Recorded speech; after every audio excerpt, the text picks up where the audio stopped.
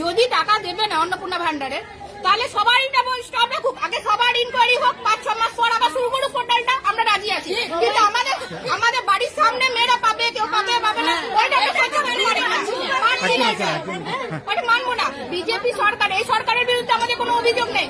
এই সরকার কি বলেছে ভয় আউট ভরসাহীন। তাহলে কেন আমাদেরকে ভয় দেখিয়ে এখানে বিডিও স্যারকে ঢুকতে যাওয়া হচ্ছে না? বিডিও অফিসে কেন ঢুকতে? আমরা কি মারধর করবো না? কি করবো? কিছু করবো না। আমরা আলোচনা করছি স্যারের সাথে।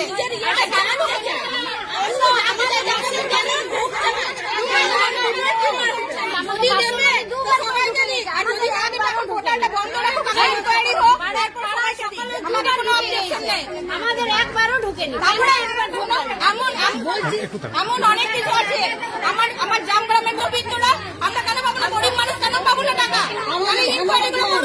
যারা স্কুলে চাকরি করে তাদের বউ টাকা দিল, আমরা সাইকেল খেলে হাত পাচ্ছি না 3 মাস ধরে, তাই আমরা তো পাবো না। এখন 3 মাস বসে আছে। আমরা পাবো না।